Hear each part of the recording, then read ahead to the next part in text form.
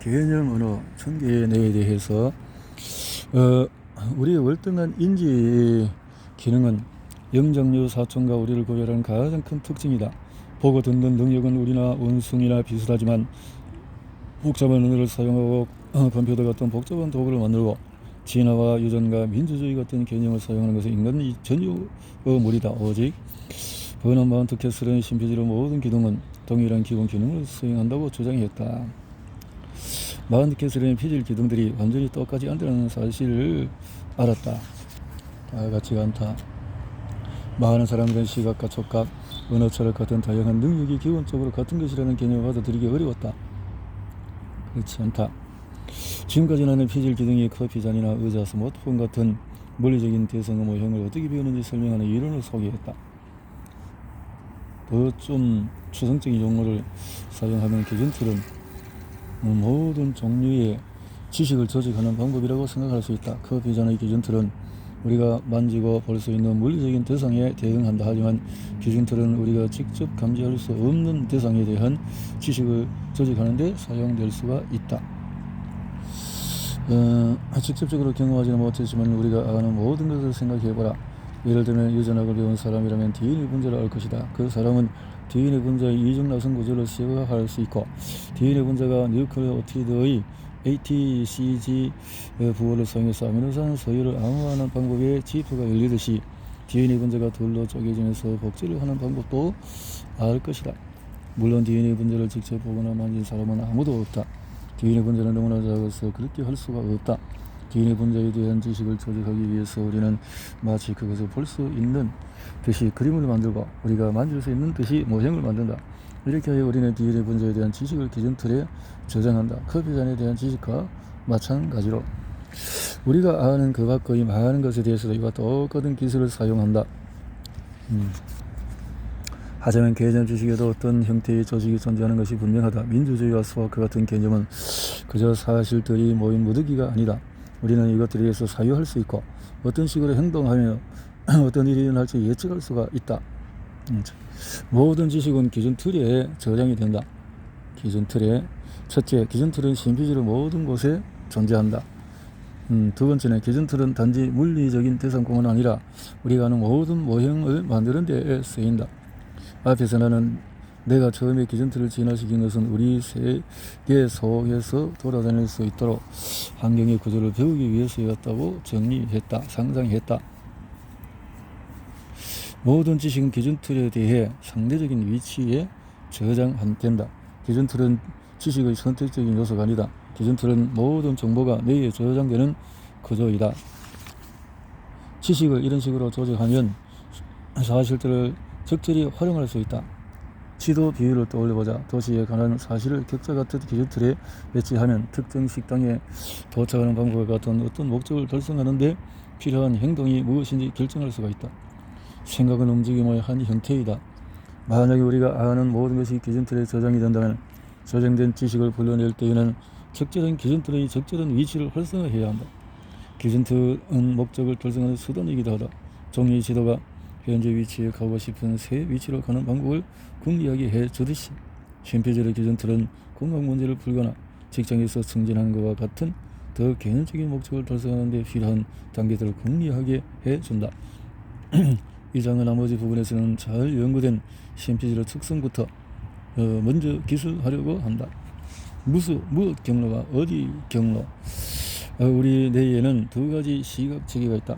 눈에서 신피질까지 시신경을 따라가 보면은 무엇이 이 시각 경로와 어디 시각 경로라는 두 가지 시각 체계로 연결되는 것을 볼 수가 있다. 무엇 경로와 어디 경로는 보완적인 역할을 한다. 예컨대 어디 시각 경로를 무력화하면 그 사람은 어떤 물체를 바라볼 때 그 물체가 무엇인지 알지만은 그 물체에 다가가지는 못한다. 예를 들면 자신이 컵을 바라보고 있다는 사실은 알지만은 기묘하게도 그 컵이 어디 있는지는 말하지 못한다. 무엇 구역과 어디 구역에 있는 피질 기둥들은 비슷하게 생겼다.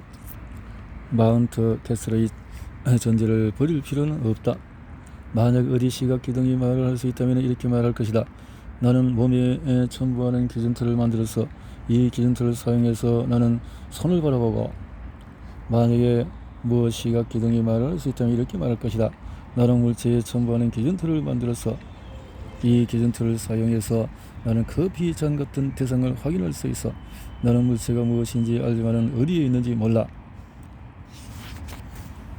어떤 면에서 우리 몸은 세계 속에 존재하는 또 하나의 대상이다. 신비주의는 그 비장 같은 물체의 모형을 만드는 것과 동일한 기본 방법을 사용해서 자기 몸은 모형을 만든다. 하지만 우리 몸은 외부 물체와 달리 항상 존재한다. 뇌에 신체 지도가 있다는 개념은 새로운 것이 아니다. 팔다리 움직이면 신체 중심 기준틀이 필요하다는 개념 역시 마찬가지이다. 개념을 위한 기준틀. 지금까지 이쪽에서 나는 내가 물리적인 형태를 지닌 사물의 모형을 어떻게 배우는지 설명을 했다. 하지만 우리는 세계에 대해서 아는 것 중에서 직접 감지할 수가 없고 물리적인 등가물도 없는 것도 많다. 그러면 피질 기둥은 우리가 감지할 수 없는 것의 모형을 어떻게 만들까?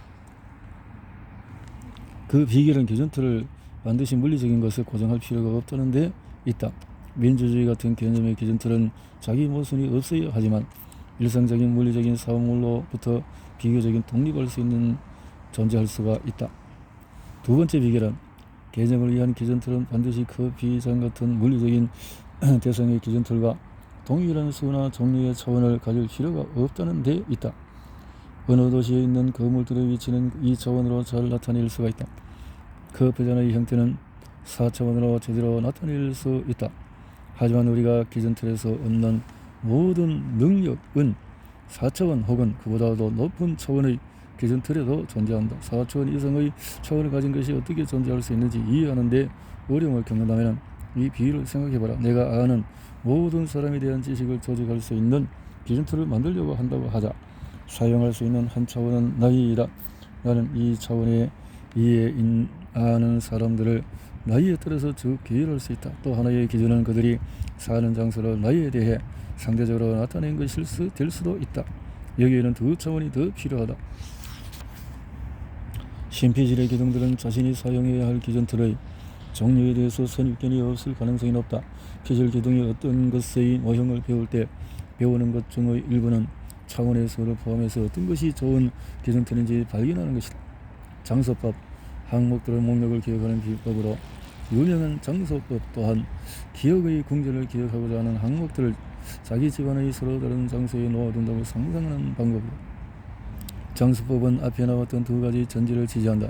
하나는 정보가 기준틀에 저장된다는 것이고 또 하나는 정보의 인출은 움직임의 한 형태라는 것이다. 장소법은 무작위로 배열된 명사들의 목록 같은 항목들의 목록을 빨리 암기하는 데 유용하다. fMRI를 사용한 사람 연구는 기능 자기 공명 영상은 살아있는 사람의 뇌를 들여다보면서 어느 부분이 활성화되는지 관찰하는 기술이다. 아마 여러분도 fMRI 사진을 본 적이 있을 것이다. 사진은 일부가 노란색, 빨간색으로 표시된 뇌의 윤곽을 보여주는데 이것들은 사진을 찍을 때 에너지를 가장 많이 소비하는 부분이다. fMRI는 대개 사람 피험자를 대상으로 하는데 특정 정신적인 과제를 수행하는 동안에 시끄러운 기계 내부의 좁은 관 속에 누워 꼼짝도 하지 않고 있어야 하기 때문에 fMRI의 발명은 특정 종류의 연구에는 큰 축복을 가져다 주었지만 우리가 하는 연구에는 일반적으로 크게 유용하지가 않다. 우리의 신피질 이론 연구는 어느 시점에 어느 신경세포가 활성되는지 파악하는 것에 의존하는데 활성화되는 신경세포는 1초에 몇 번씩 변한다. 이런 종류의 데이터를 제공하는 실험 기술들이 있지만 fMRI는 우리에게 필요한 공간적 시간적 정밀성이 부족하다. 그래서 우리는 크리스천 돌리 캐스웰 베리 닐 버지스의 fMRI 실험 소식을 듣고 크게 놀라며 흥분했는데 이 실험은 신피질의 격자세포가 존재하는 것을 보여주었다. 세부 내용은 복잡하지만 이들은 격자세포가 fMRI로 감지할 수 있는 지문을 내놓는다는 사실을 알아냈다. 그들은 먼저 자신들의 기술의 유용을 입증해야 했기 때문에 격자세포가 있는 것으로 알려진 뇌후각 피질을 살펴보았다. 그리고 피험자들에게 컴퓨터 화면의 가상세계를 돌아다니는 과제를 수행하게 했다. 그러면서 fMRI 사용해서 피험자가 과제를 수행할 때 격자세포의 활동을 탐지할 수가 있었다. 또 다른 과학자 알렉산드라 또 네스코 등등은 또 사용을 해봤는데 피험자들에게 새들의 이미지를 보여주었는데 새들의 목 길이와 다리 길이가 제각각 달랐다. 피험자들은 이전에 본 두 세의 특정 결합에서 새로운 세를 상상하는 것과 같은 다양한 심성과제를 수행했다. 이 실험 결과는 심피질 앞부분에 격자세포가 존재한다는 것을 보여주었을 뿐만 아니라 연구자들은 심피질이 세의 이미지를 지도 같은 기존 틀에서 저장한다는 증거도 발견했다. 게다가 연구팀은 피험자들이 마음속으로 자신의 집 지도를 돌아다니는 것과 마찬가지로 새들을 생각하면서 마음속으로 새들의 지도를 돌아다닌다는 사실을 보여주었다. 이 실험 세부 내용 역시 복잡하지만 fMRI 데이터는 심피질의 이 부분이 격자세포와 비슷한 신경세포를 사용해서 새들에 관한 사실을 배운다는 것을 시사한다. 장소법은 전에 배운 지도, 자기 집 지도를 사용해서 항목들을 저장했다가 나중에 그것을 끄집어내어서 사용한다. 만약 모든 지식이 이런 식으로 저장된다면 우리가 일반적으로 생각이라고 부르는 것은 실제로는 공간 속에서 그 기준틀 속에서 움직이며 돌아다닌다. 우리가 지금 하는 생각과 어느 순간에 머릿속에 떠오르는 기준틀 속에서 현재 어느 위치에 있느냐에 따라서 결정한다. 위치가 변함에 따라서 각 위치에 저장된 항목들이 한 번에 하나씩 인출된다. 우리의 생각은 계속 변하지만 무작위로 변하지는 않는다. 다음번에 하는 생각은 우리가 기준틀 속에서 정신적으로 움직이는 방향에 좌우된다. 그 비전을 배우는 데 필요한 기준틀은 명백할 수 있다. 그것은 그 비전 저희의 3차원 공간이다. fMRI 실험에서 새들에 대해 배운 기준틀은 다소 덜 명백할 수가 있다. 하지만 새의 기준틀은 여전히 다리와 목 같은 새의 물리적인 속성과 관련이 있다. 하지만 뇌는 경제나 생태학 같은 개념에서 얘는 어떤 종류의 기준틀을 사용할까? 그 일에 사용되는 기준틀이 여러 가지 존재할 수 있는데 어떤 것은 다른 것보다 더 나을 것이다. 이것은 개념적인 지식을 배우기가 어려울 수 있는 한 가지 이유이다. 만약에 내가 민주주의와 관련된 역사적인 사건을 10가지 제시한다면 여러분은 그것을 어떻게 비율하겠는가? 한 선생님은 그 사건을 연대표 위에 비율해 보여줄 것이다. 연대표. 자, 이렇게 서로 다른 결론과 예측을 넣을 수가 있다. 수학. 자, 여러분이 수학자인데 OMG 추측을 증명하려고 한다고 하자. 수학에서 추측은 맞다고 여겨지지만 아직 증명되지 않은 명제를 말합니다. 추측은 증명하려면 먼저 참으로 알려진 명제를 가지고 시작해야 한다. 그리고 일련의 수학 연산을 적용한다. 만약 이 과정을 통해서 그 추측과 같은 명제에 이른다면 그것을 증명하는 데 성공한 것이다. 자, 이번에는 여러 방정식이 심피질의 기준틀에서 대표된다고 가정해보자. 곱셈과 나눗셈, 수학 연산은 그 기준틀에서 여러분을 다른 장소로 데려다 가는 움직임이다. 수학의 추측자는 복잡한 문제를 풀려면 많은 훈련이 필요하다. 수학자의 방정식이 여러분과 내게 스마트폰이나 자전거처럼 익숙한 대상이다. 수학자기 하지만 수학을 제대로 공부하지 않은 사람이란 방정식과 그 밖의 기호가 아무 의미 없는 낙서처럼 보일 것이다. 방정식을 처리하는 수학자와 습속을 여행하는 탐험가와 커피 잔을 만지는 손가락은 모두 현재 위치를 파악하는 원하는 곳으로 가기 위해 수행해야 할 움직임을 알려면 지도 같은 기준틀이 필요하다. 이것들뿐만 아니라 우리가 수행하는 수많은 활동의 바탕에는 동일한 기본 알고리즘이 깔려 있다. 그래서 정치나 언어에서 이렇게 적용할 수 있는 부분들이 전문성들이 적용이 될 수가 있다라는 건데, 이어서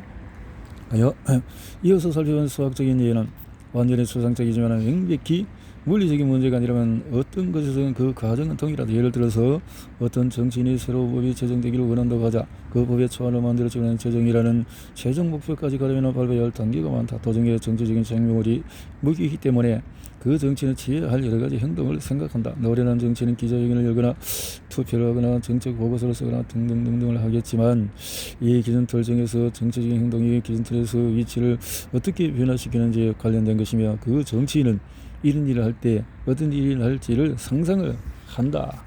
상상해서 난 도저히 모르겠어. 이것을 사용하는 법을 가르쳐 주겠니?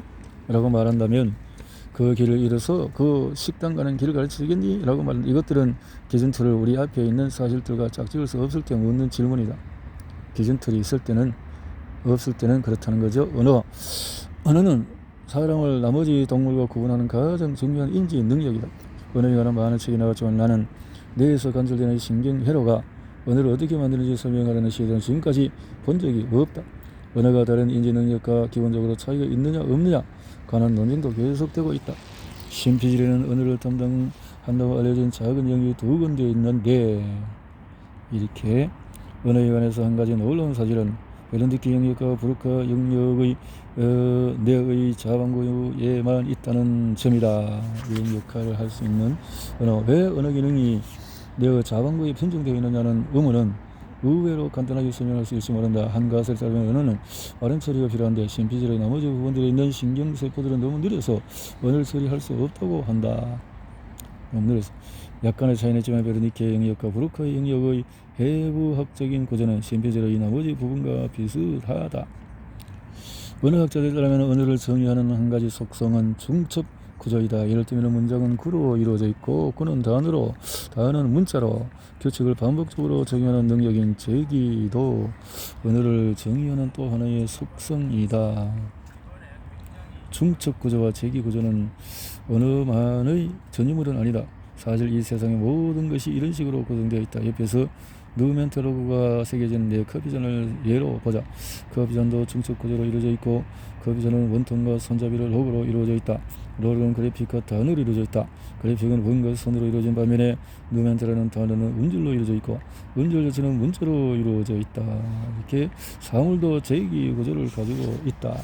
우리는 연구 초기에 각각 피질 기둥의 중첩 구조와 제기 구조를 배울 수 있어야 한다는 사실을 깨달았다. 여러분이 과거의 어떤 시점에 커피잔이 어떻게 생겼고 배웠다고 생각해보자. 그 로고가 새겨진 커피잔은 지금까지 본 적이 없었다. 나는 이제 여러분에게 옆면에 그 로고가 새겨진 새 커피잔을 보여준다. 여러분은 서로 길었던 이 뜻은 금방 배울 수 있는데 대개 한두 번 훌끗 쳐다보고는 그것으로도 충분하다. 어떻게 이런 일이 피질 기둥 내에서 전에 배웠던 커피잔의 하나의 기준 틀로 정리가 된다. 앞에서는 피질 기둥의 기준 틀의 이치들의 특질을 저정한다고 말했다. 우리가 신피질이라는 모든 일을 완전히 이해하려면 아직도 가야 할 길이 멀다. 하지만 모든 피질의 기준 틀을 사용해서 이렇게 맞춰 나간다라는 거고, 전문성도 지금까지 나는 기준 틀의 4가지 용도를 소개를 했다. 어떤 영역에서는 전문가들에게 불리는 기준 틀, 전문가들은 무엇보다도 사실들과 관찰을 이해하는 데서 훌륭한 기준 틀을 발견하는 것이다. 기준 틀. 그래서 1975년도 마운트 캐슬이 모든 직업과 인지 바탕에는 공통 알고리즘이 있다고 제안했을 때 어떤 알고리즘이 그 조건을 충족할 만큼 충분하고 강력하고 일반적인지 상상하기 어려웠는데 우리 뇌에는 피질 기둥이 약 15만 개가 있어. 15만 개가 있다. 각각의 피질 기둥은 학습 기계이다. 그래서 뇌의 작용 방식을 제대로 이해할 수 있는 기준 틀은 바로 기준 틀이다. 기준 틀.